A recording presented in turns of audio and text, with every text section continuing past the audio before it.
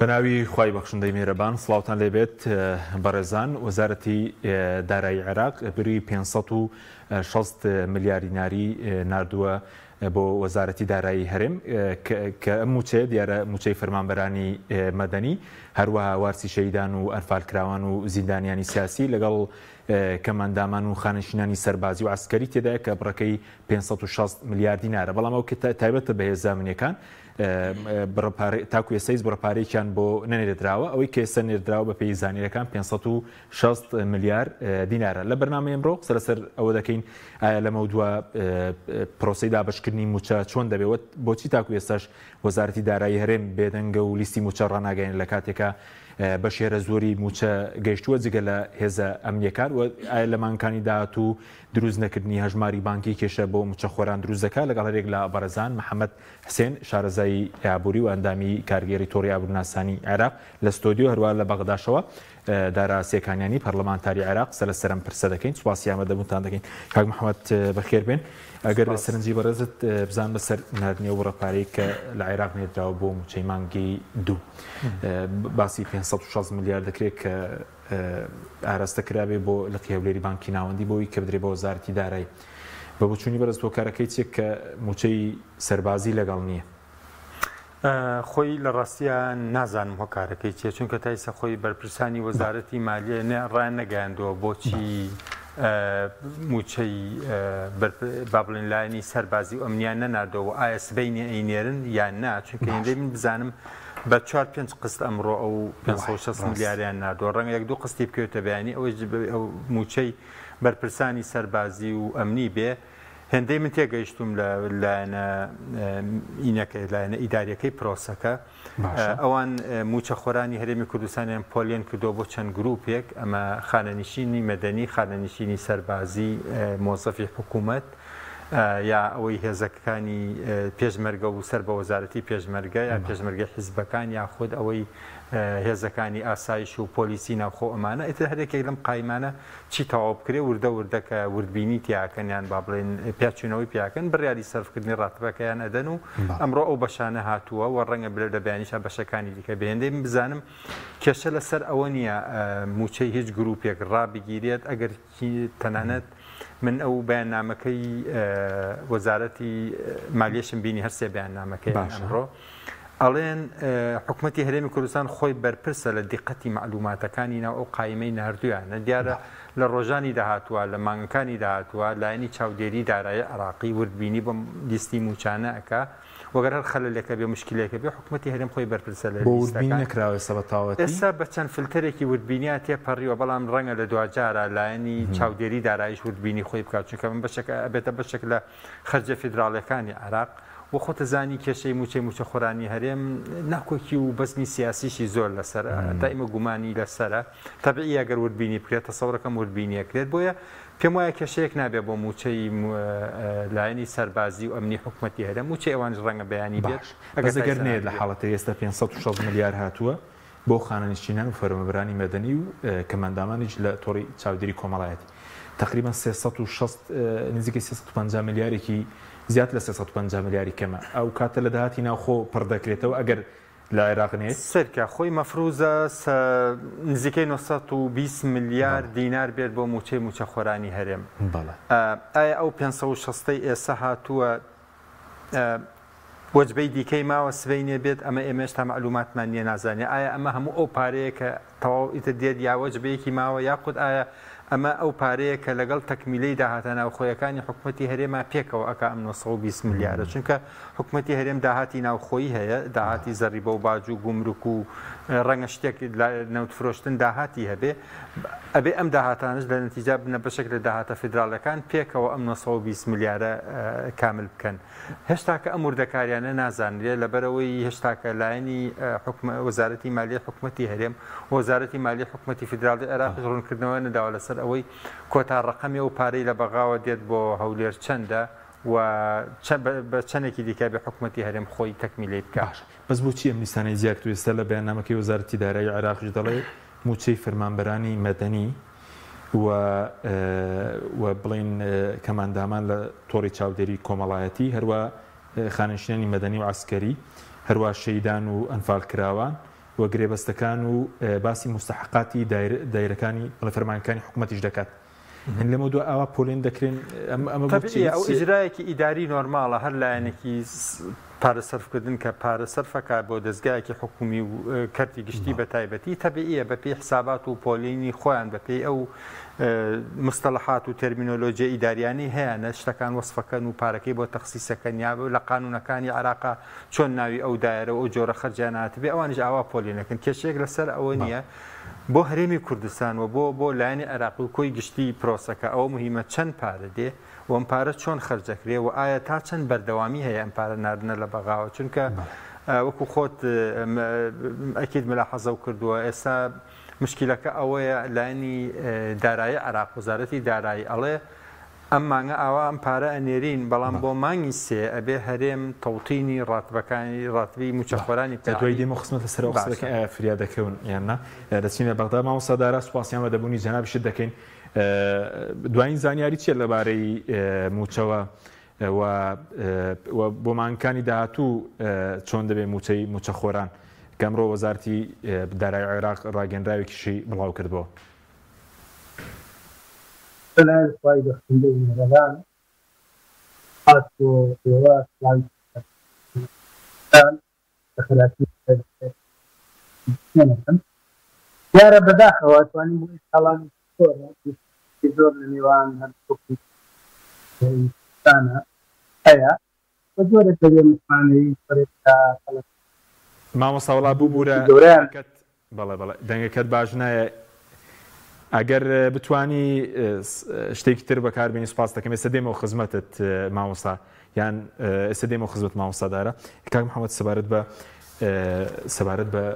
دروستکردنی هەژماری بانکی کاتی دەوێت چونکە بڵێ هەندێک بانک دەڵێن ماوەی مانگێ وەکو دروستکردنی هەژمارەکە لە ڕۆتەکنیکی مانگێکی پێویست بێت ئەم پرۆسێ چۆنە کاتی دەوێت؟ ئەکیید کاتیەوێت چونکە سێرکە مەسەلەکە ئەگەر هەر هەژمار دروستکردنی هەژمارێکی بانکی بێ ئێستا ئەو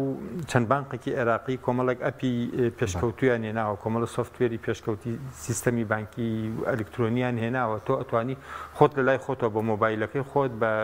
15 دقەیەک هەژمارێکی بانکی دروستکێ بەڵام هەژماری بانکی ڕۆڵی ئەو گیرفانە ئەگێڕێکە تۆ موچەکەتی تیا کۆکەیتۆ تیا دایانیت بەڵام کۆمەڵە ئیشی دیکە هەیە بۆ کە ئەبێ دایرەکەی تۆ وەزارەتی دارایی حکوومەتی هەرێم و وەزارەتی دارایی حکوومەتی فیدراڵی عێراق ئەبێ میکانیزمێکە بێ ئەم سیانە پێکەوە کۆ بکاتەوە لانی کەم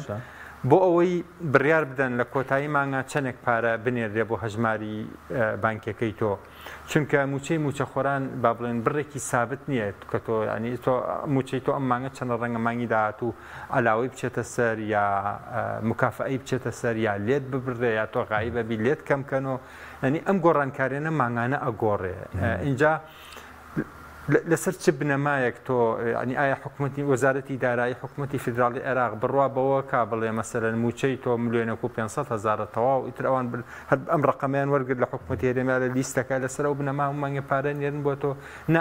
هەر فەرمانبەرێک دۆسیە هەیە لەگەڵ دۆسیەکەی بڕیا ئەوە نیشانەدا لە ئەوڵەوە تا ئاخر ئەمە چۆن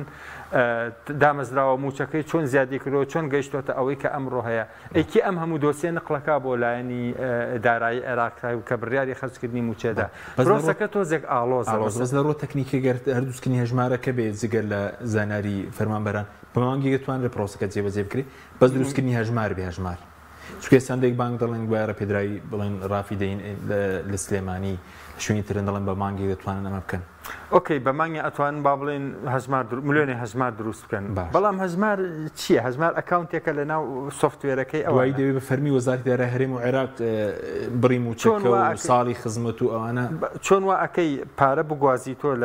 لە بانقەکانەوە بۆ ناو هەژماری ئەم کەسەوە ئەم کەسە شەر وەختێک بچێت لە ئەیتیئێمێکە بتوانێت ڕای کێشێ باش ئایمە هێندە ئەیتیئێممان هەیە لە کوردستانە ینی بۆ نمونە لەیەکێک لە ناحیەکانی کوردستانە بۆ نمونە لە قەزاکانی کوزا ئێمە هێندە ئەیتیئێممان هەیە کە بەشی ڕاکێشانی پارە بکات بۆم هەموو مۆزەفە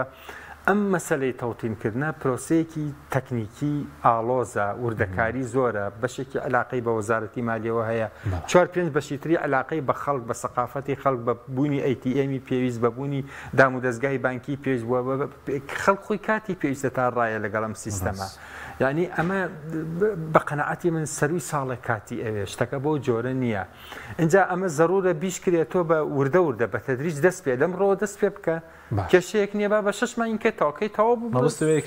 بەرپرسانی حکوومەتیێرین باداتەکان بدەن عێراق ئەبێ هاریکاریەک بکەن بۆ ئیشەکە بەڵام من بەرپرسیارکە لە ئەستۆی ئەوان بێ کێشەکە ئەوەیە بەرپرسیاری لە ئەستۆی ئەوەیە ئەمە مشکلەکە من ئەوەیە خەڵک منی ترساندوە ئەترسم ئەم مەسەلەی هەژماری بانک و تەرکیزکردنە سەرەوەی ئیلا لێک مانگە تەواو بکرێ گەچەڵێکی سیاسی بێ بۆی ئیشەکە نەکرێەوە بۆی موچە خۆرانیش نەنێرێ ئەگەر نا ئەم پرۆسەیەکی تەکنیکیە لێگەڕێ بانقەکان لایەنی تەکنیکی هەردوو وەزارەتی داری خۆیانێکن پێویست ناکا بکرێتە کێشە سپاس دەکەم مامۆستا سپاس دەکەین ئەگەر زانیاریمان لەسەر موچە پێ بڵێ و لەسەر پرسیکردنەوەی لەقەکانی بانکەکانی عێراقیش بازلەوەکێ چاوەڕێی ڕەزامەندی حکوومەتیێرێمن فەرمووی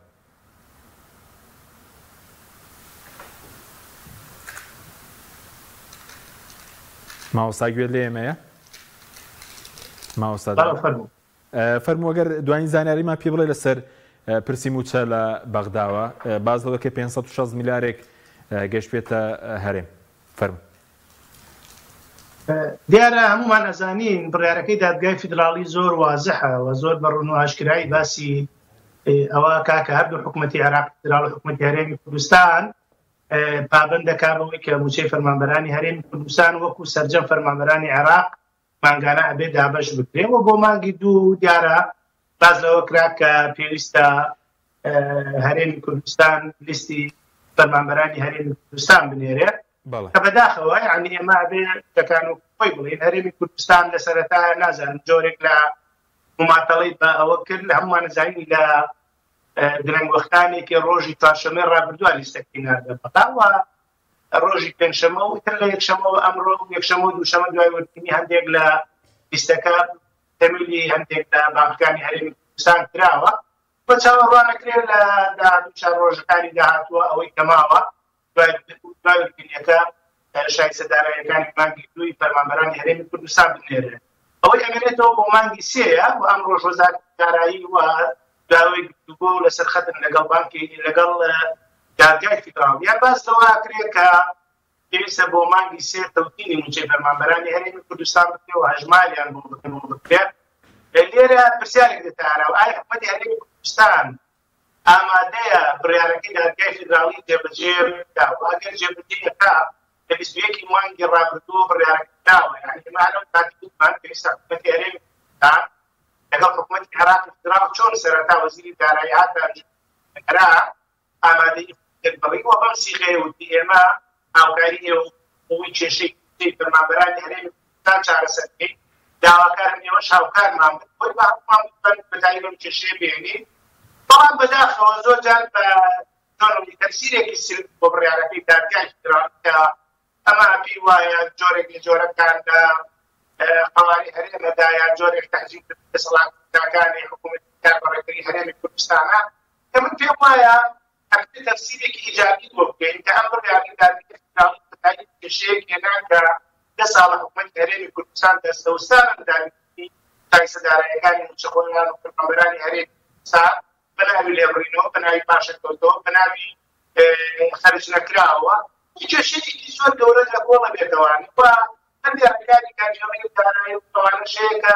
ئیداری هەیەکدار هەمووی پێویست بە حکوومەتی هەرێمی کوردستانەوە فەرمانبەران کارۆدا و دەستگاکانی حکوومەتی هەرێمی کوردستان دەکەن پێم وایە مەسەلەی قەواری هەرێمی کوردستان باش بزانین لە دەستگاکانی عێراقی ساڵی 2005 زۆر بەوازەی هەوێ هەرێمی کوردستان قەوارەیەکی دەستوریە ئەمە نابێتەوەی ئەوەی کە قەواری هەرێمی کوردستان بێتەوە پێم وایە دەستکەوتێکە بۆ فەرمانبەران بۆ خەڵکی هەرێمی کوردستان بەگشتی بەڵێ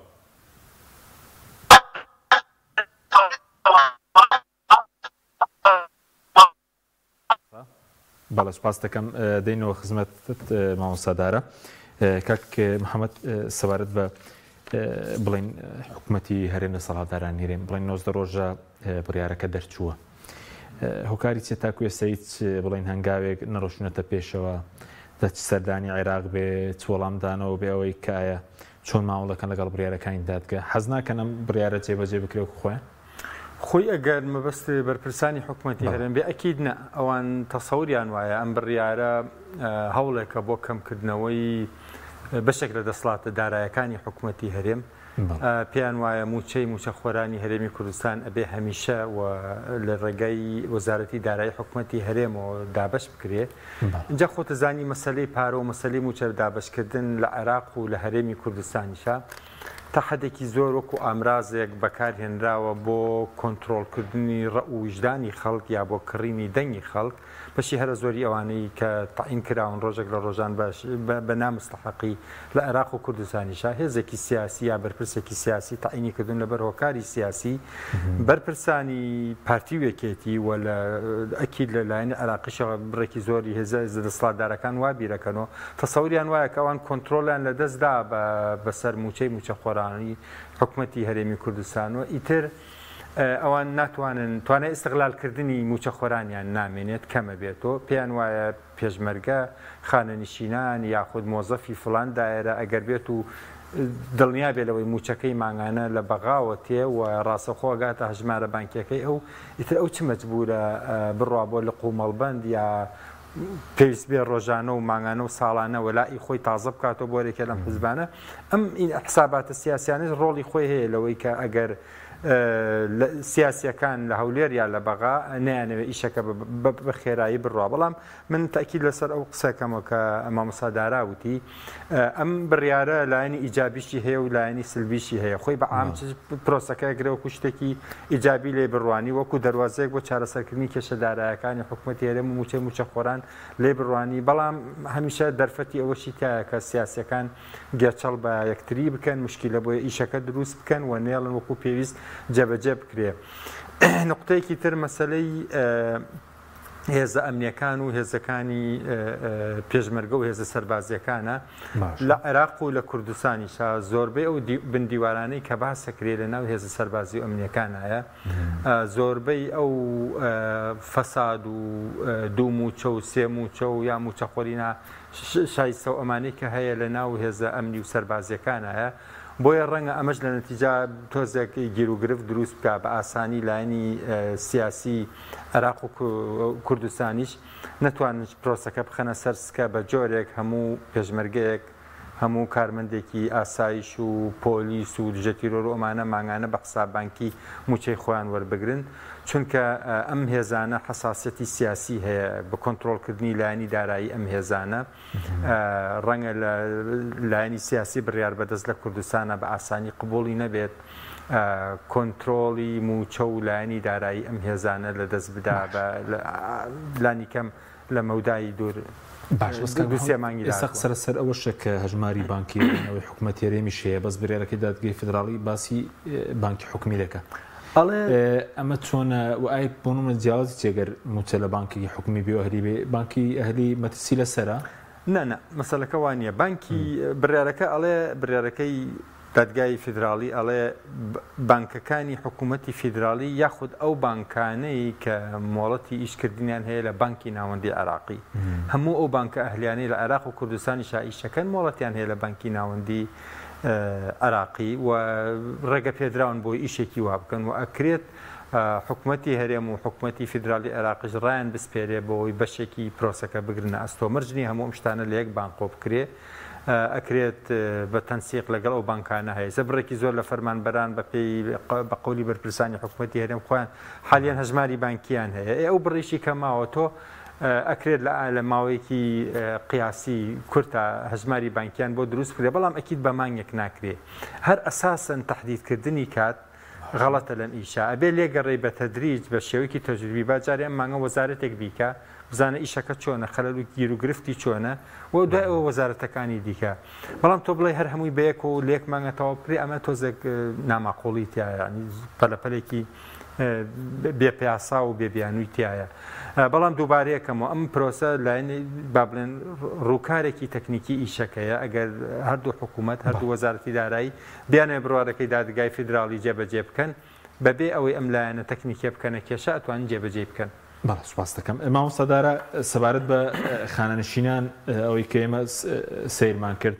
یعنی هەمان بڕە کە پێشتر لە هەرێم دابەژەکە کە 190 ملیارە هۆکارەکەی چێ پێوەستە بە ئەو کەولیستێک کە هەرێم نردووتی بۆچی بەرارەکەی دادگای فیدراڵی تێدا جێبەجێ نەکراوە کە موچەی خانەنشینی زیاد بکرێ هەمان بڕە پێوەستە بە چیەوە پێوەستە بە عێراق بە هەرێمەوە؟ هەمومان ئەزانین یعنی جێبەجێکردنی بڕارەکەی دادگای فیدراڵی ئەتوانم بڵێم بە هەموو ئەو بەرگانی کە لە خۆی گرتووە بە دڵنیایەوە پێویستی بە کاتەیە و ئەوەی تایبەتە بە مانگی شوباتەوە زۆر بە وازحی باز لەوەکە کە پێ ئەو لیستە ئەنێرێ کە حکوومەتی هەرێمی کوردستان ئەنێرێ بۆ بەقا. بەڵام دوایش کە باز لەوەکرا کە پێویستە موچەی خانەنشینان و چاودێری کۆمەڵایەتی هاوتا بکرێوەکو سەرجەم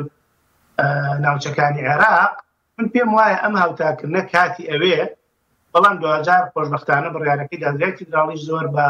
وازحی باسی ئەوەکە کە پێویستە هەموو موچەکان وەکو خۆی لێبێتەوە. هەمومان ئەزانین لە هەرێمی کوردستان ساڵانێکە قەیرانی دارایی سەری هەڵداوە و جیاوازیەکی زۆر لە نێوان موچەی فەرمانبەرانی هەرێمی کوردستان و حکوومەتی عێراقی فیدراڵ هەیە نەکەر خانەنشین چونکە ئێستا ئەزانین نزیکەی لە 2014 ئەگەر هەڵە نەبن تا ئێستا نزیک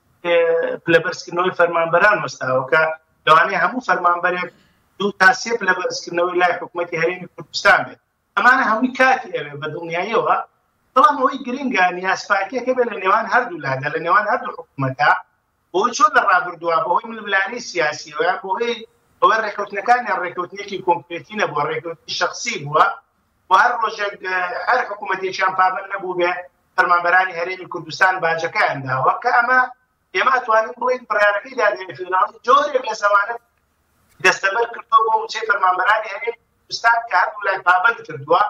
و هیوادارین هەردوو لای خۆ ئێمە کاتێک خەڵکە چۆ سەرشەقام پیشاندانیان کرد لەناو شارەکانی کوردستان و لە دوو پارێزگا و دوو ئیدارەیە کە پرۆسەی خوێندن وەستا بوو حکوومەتی هەرێمی کوردستانی پارەی ئێوە لای بەغا بڕۆن لە بەغا داوە بکەن کاتێک خەڵک لە بەغا سکاڵای کرد و بەغا کێشەکەی لە بەرژەوەندی موچەخۆرانی هەرێمی کوردستانی بلا کردەوە ئێستا بەداخەوە حکوومەتی هەرێمی کوردستان جۆرە لە جۆرەکان نازانم یعنی ئامادە نییە کە بە پێویست ئەمە هەنگی لەگەڵ حکوومەتی عێراقا بکات چونکە بەڕاستی ئێمەوە بزانین جێبەجێنێکی بڕیاری دادگای فیدراڵی لەلایەن هەر کارێکانەوە بێ لەلایەن حکوومەتی عێراقەوە بێ یان لەلایەن حکوومەتی هەرێمی کوردستانەوە بێ پێم وایە گرفتی گەورەتر دروستەکە هەم بۆ هەرێمی کوردستان هەم بۆ حکوومەتی عێراقی فیدراڵ بۆیە پێویستە بە بەزووترین کات حکوومەتی هەرێمی کوردستان و حکوومەتی عێراقی فیدراڵ پیشنهادێک بێن بۆ ئەمانجی چکە من بە دڵنیاییەوە بۆ مانگی سێ ئەوە ژمارەی کە باسەکە هەم فەرمانبەرێکی بێلەوانەیە تەواو ناکرد بەڵام ئایا ئەمانجیەکەیە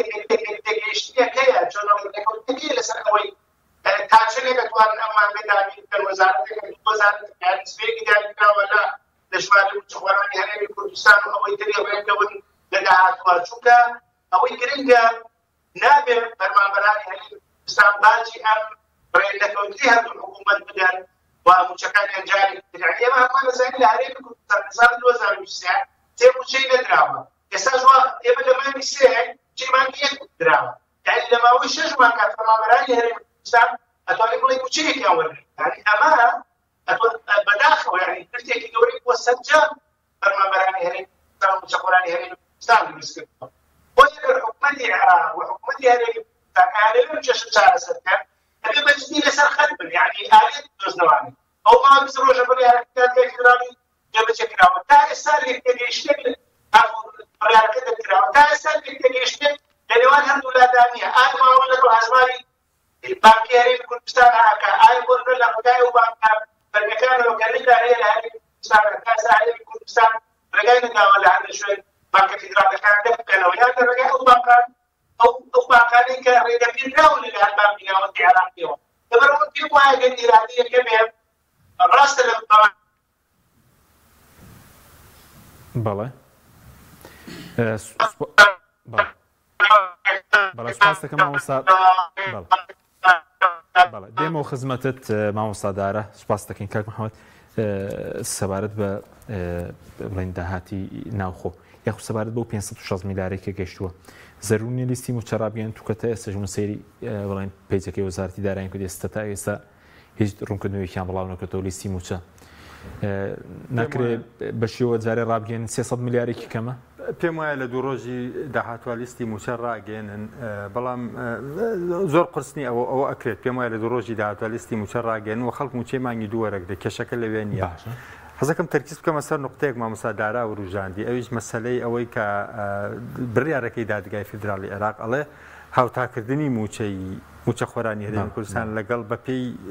یاسای موچەی عێراق و ئەو سیستەمە ئیدارەی لە عێراق موچەی پێتەرخانەکرێ کە ئەمە ئەگەر وەک ئەوەی مامۆستاداراوتی هەم مەسەلەی پلە بەرزکردنەوەکان حساب بکەین لەگەڵ ئەوەی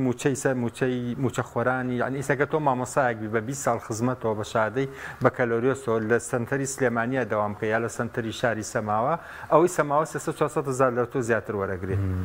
ئەگەر تۆ هەموو ئەمانە حساب بکەی وە پلە بەرزکردنەوەکانش حساب بکەی وا تەقدیرەکرێ هەرێمی کوردستان 300 میلیارد زیاتر وەربگرێت لەوەی ئێستا وەرەگرێ ئێستا بەپێی لیستی موچەی هەرێمی کوردستان ئەوەی کە خۆی داوایەکە خوا با دوو سێ ڕقم ئەم ڕقمانە پێمان زۆر شتمان پێڵێ ئەوەی ئێستا هەرێمی کوردستان خۆی داوایەکە بەپێی لیستی موچەی هەرێمی کوردستان مانگانە نزیکەی 920 میلیارد دینارە ئەگەر ئەو یاسای ئەو بڕیارەی دادگای فیدراڵی جێبەجێ بکرێت بۆ نمونە خانەنشینان کەمترین موچەی خانەنشینی لە عێراق لە 600,000 دەست پێکە لە کوردستانە لە نزیکەی 300,000 دەست پێکە سەیری فەرقەکەکە ئەگەر تۆ ئەوە یاسا ئەو بڕیارە جێبەجێ بکرێت هەرێمی کوردستان دووبارەیەکەم ئەگەر بە باشی وەکو خۆی جێبەجێ بکرێت هەرێمی کوردستان مانگانە نزیکەی تریلیۆنێک و 200 میلیارد دینار وەرەگرێت بەس بۆ ئەم بۆ بەرچێتکەین خەنە سەر عێراق ئێستا بۆ من لیستی موچە بە پلە بەرزکردنەوە ئەو مهمترین پرسیارە ئەمڕۆ ئێمە مناقەشەی بکەین و جوابی بێنەوە مشکلەکە ئەوەیە لە کوردستانە بەرژەوەندی خەڵک تا حدێکی زۆر جیاوازە لە بەرژەوەندی چینە دەسڵاتدارەکە چینە دەسڵاتدارەکە بەرژەوەندی لەوایە کە هەرێمی کوردستان ئەم سەر بەخۆی دارایی بپارێزێ وەزارەتی مالیە هەرێمی کوردستان لایەنی سەرەکی بێ لە ئیدارەدانی ئەم مەسەلەی مەلەف و موچە ئۆمانەوە بەم شێوەیە ئێسش بەردەوام بن بە تایبەتی لانی کەم پێشمەرگە و هێزە ئەمنیەکان و هێزی پۆلیس هەر ئەوە بە فەردە و پارە برن لە مقڕەکانیانە بەشی بکەن بەڵام کە تۆ تەوتینە کرد بە حساب بانکی ئۆمانە مەجای بڕێکی زۆری ئەو فڕوفێڵەی لە دووبارە دوو موچە وەرگرتن و ئەوەی کە هەنێک مەسول هەنێک بە تایبەتی بەرپرسی هێزی سەربازیە موچێ 40-50 پێشمەرگە و حرس و ئەمانە وەرگێت کە خۆی لە ڕاستیە هەردە 12یەکی ڕەنگە هەبێ مەجای ئەمانە نامێنێ و هاوکات کۆنتترۆلی تەبقە سیاسیەکە بەسەر موچەخۆران و ئەو ئەندامانی هێزە سەربازی و ئەمنیەکانە کەمێتەوە بۆیە بەرپرسانی هەرێمی کوردستان مەبدەئیەن پێیان خۆشنی ئەم بڕیارە جێبەجێ کوردی داهاتی ناوخۆ بە فرۆشتنەوە بە تەنکەرەوە بە داهاتی ناوخۆش بە شێوە دەکات ئەو بۆ نمونە 300 میلیارێک کە هێزی ئەمنیێنیان نادۆ پێی پڕکەنەوە ناتوانم جوابیەوە پرسیارە بەمۆ لەبەرەوەی دەیتا و زانیاری فەرمینیە لەسەرەوەی داهاتی ناوخۆی ئەم 20 میلیاریان دەکرد حدودی ئەوەندە ئیسێژ وا تەقدیرەکرێکە لەو لە سەروی 300 میلیارد دینار کرد دیارە مشکلە ئەوەیە وەزارەتی سامانە سروشتەکان باسی هیچ ناکات راپۆرتی دیلۆیتمان نییە لە مانگی دووە مانگی ڕابردوو هەموو ڕۆژێ لە حکومەت لە هەرێمی کوردستانە سەری 260,000 بەرمیل نەوت بەرهەمهێنراوە ئەمە وازەحە زۆر بە خراپی هەرزان فرۆشتەکرێ لە بینی 32 بۆ 35 دلار هەر بەرمیلەکە فرۆشتێ 50 دلار بۆ هەر بەرمیلێک لە بازاڕە جیهانیەکان کەمترە فرۆشتێ بەڵام تایسە نازانێت داهاتی ئەم نەوتە چەندی بۆ هەرێمی کوردستانە بەکێ دراوە چۆن ئیدارەدراوە معلوماتمان نییە. سوپاس دەکەم مامۆستا بە کورتی سوپاس دەکەم دووخولەکیش بۆ جەنابەت سەبارەت بە ئێستا دەبێت حکوومەت و دەسەڵاتدارانی هەرێم چی بکەن دوایەوەی کە موچێکە نێردراوە موچەی مانگی 2 بۆ مانگی 3 بۆی کە کێشەی بۆ دروست نەبێت دەبێت چیانگاوێک بنێن لە داتای فەرمانبەرە هەژماری بانکی ڕەزامەندی بڵێن لیقی بانکە فیدراڵیەکان ئاسرین کارەوەی پابەندی وەزارەتی دادگای فیدراڵیەوە ڕابگەیەنێت لەگەڵ عێراقی فیدراڵەتی جدی پێگەیشتنێکە بێ ڕێکەوتنێکە بێ ئەوەی فەرمانبەرانی هەرێمی کوردستان دابێتەوە قوربانی ئەوسا ببوورە وڵایی دەنگت باش نەگەیشت ئەگەر دووبارەی کێوە سوپاس دەکەم ببوورە کارێک ئەوەیە کە ئێستا حکوومەتی هەرێمیستان پاسپۆرتی بە بڕیارەکەی فیدراڵیەوە ڕابگەیەنێت ڕاگەیان ئەم یەکێگەیشتنەکە بێ و ڕێکەوتنی وەتەنسیەکی باش هەراکە هەبێ کوردستان سیاسیە بدا ئەمانی زۆرە